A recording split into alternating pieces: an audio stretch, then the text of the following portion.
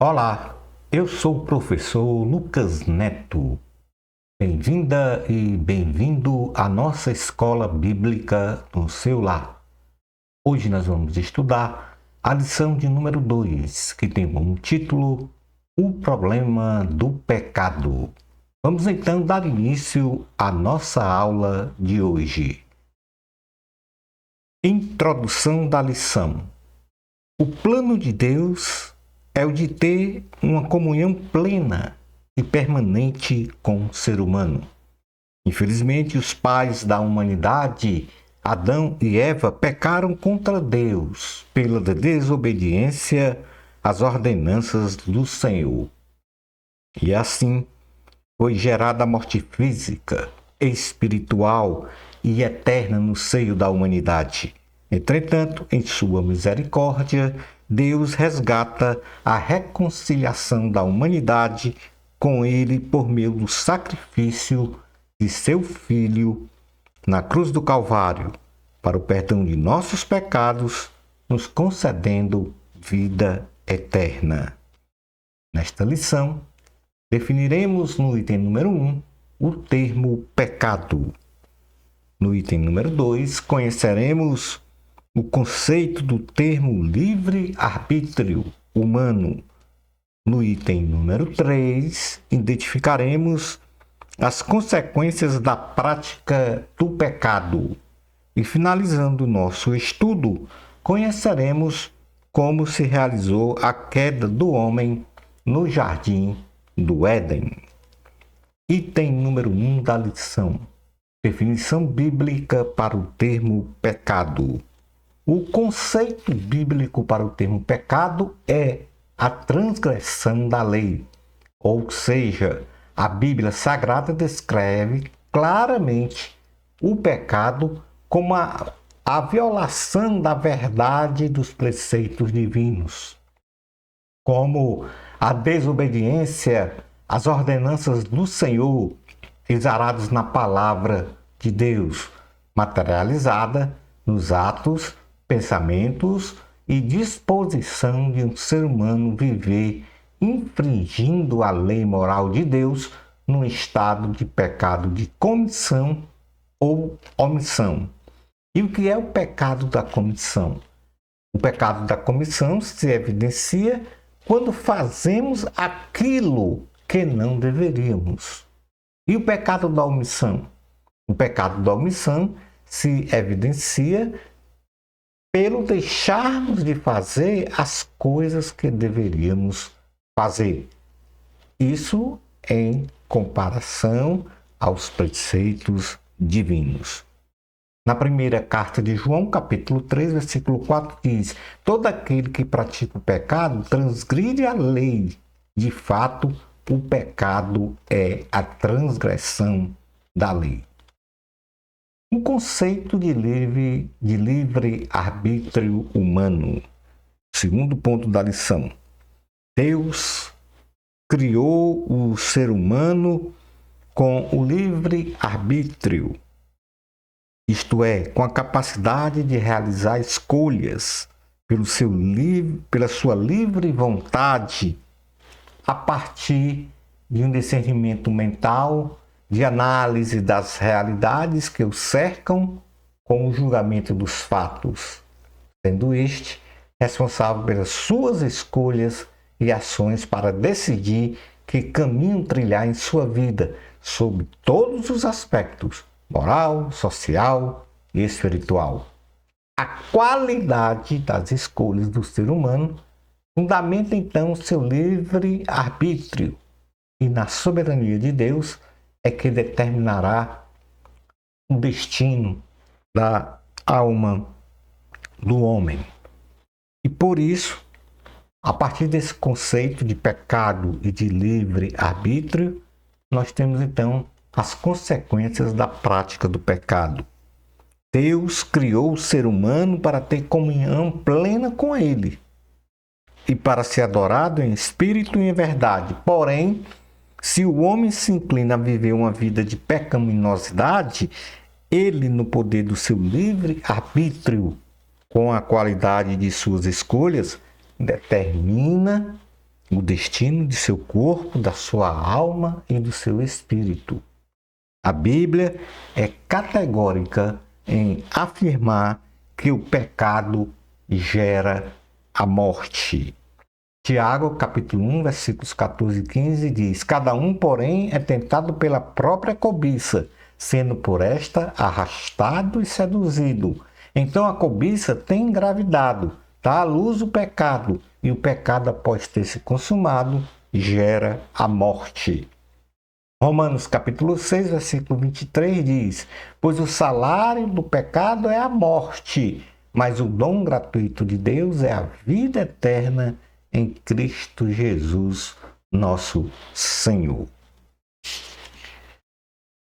Então aí estão as consequências da prática do pecado. Nós temos a morte física, que é a condição de mortalidade física do ser humano, e é uma realidade ensinada nas Escrituras, que nos diz que após a morte física, segue-se então um juízo. Temos também a morte espiritual como consequência da prática do pecado. Esta morte se caracteriza pela total separação do ser humano em sua comunhão com Deus. E temos a morte eterna, que se caracteriza pela separação total do ser humano da presença de Deus para sempre. No item número 4 da lição, nós temos a queda do ser humano no jardim do Éden. No livro de Gênesis, capítulo 3, versículos 1 ao 12, a descrição da queda do gênero humano em desgraça é relatada sucintamente, etapa por etapa, como nós vimos na aula passada, sendo esse capítulo 3 do livro de Gênesis o texto base da nossa lição.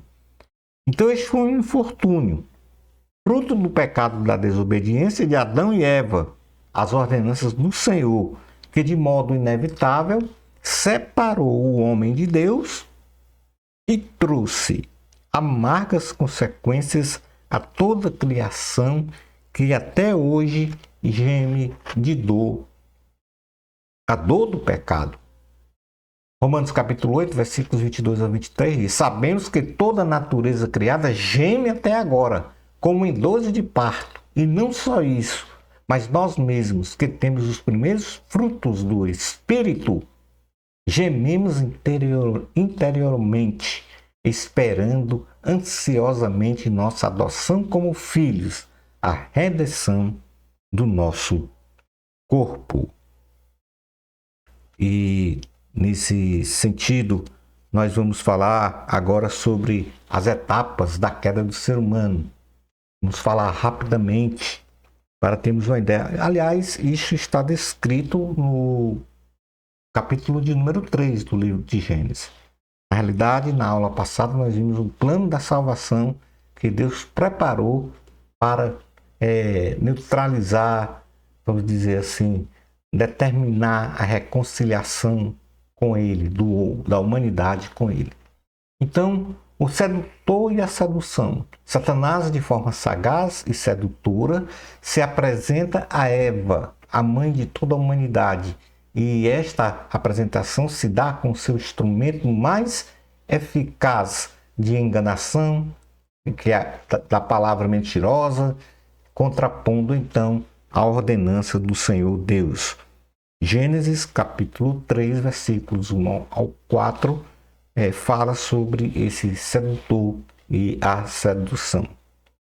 Na primeira carta de João, capítulo 2, versículos 15 ao 17, diz: Não ame o mundo nem o que nele há. Se alguém amar o mundo, o amor do Pai não está nele. Pois tudo que há no mundo, a cobiça da carne, a cobiça dos olhos e a ostentação dos bens, não provém do Pai, mas do mundo. O mundo e a sua cobiça passam, mas aquele que faz a vontade de Deus permanece para sempre.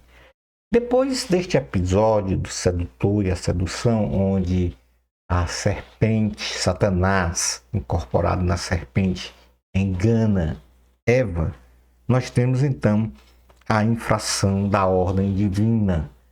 Eva caiu na tentação armada pelo diabo e, em ato sumário, comeu do fruto da árvore da vida, do bem e do mal, ou seja, conheceu o bem e o mal, que havia sido proibido por Deus de comê-lo.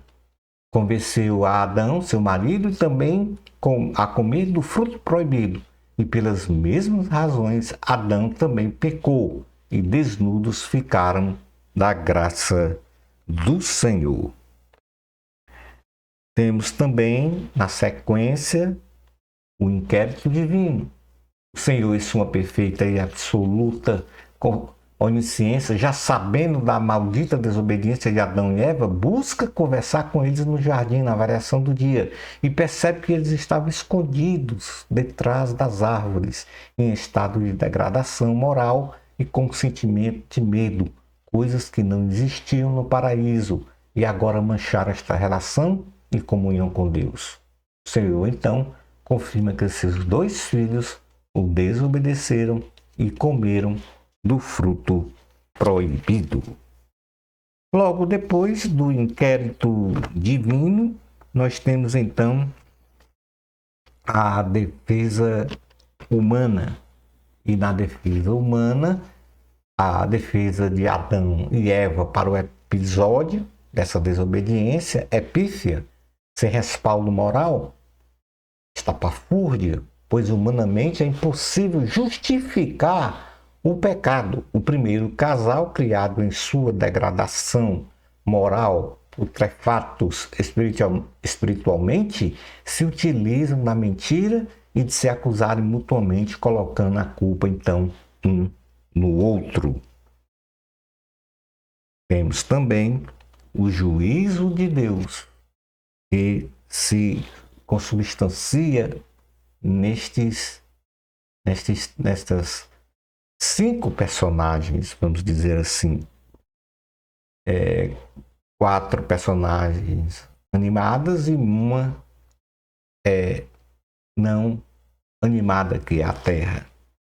Deus é amor, mas também é justo. Ele é um Deus de justiça e, pela desobediência realizada pelo casal adâmico, proclamou severas sentenças sobre todos os agentes da criação que até hoje gemem a um só tempo, como está escrito lá em Romanos capítulo 8, versículo 22 a 23, que lemos há pouco.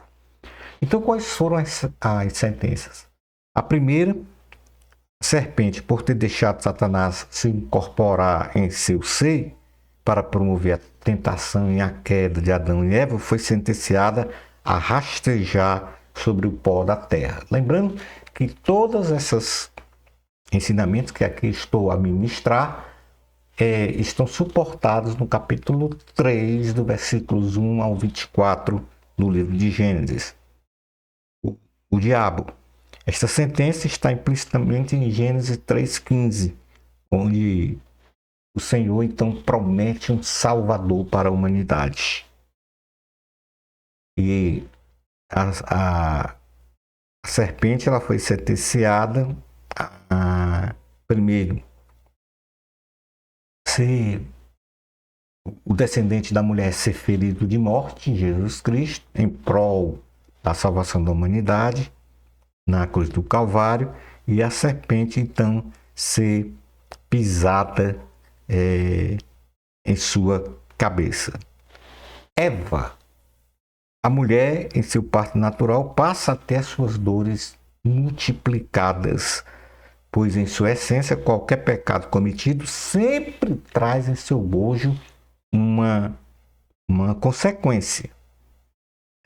E a terra, pela desobediência da terra, foi amaldiçoada e agora passa também a produzir espinhos, cardos, abrolhos, sendo estes espinhos os mesmos que foram utilizados para ferirem a cabeça do nosso Mestre Jesus.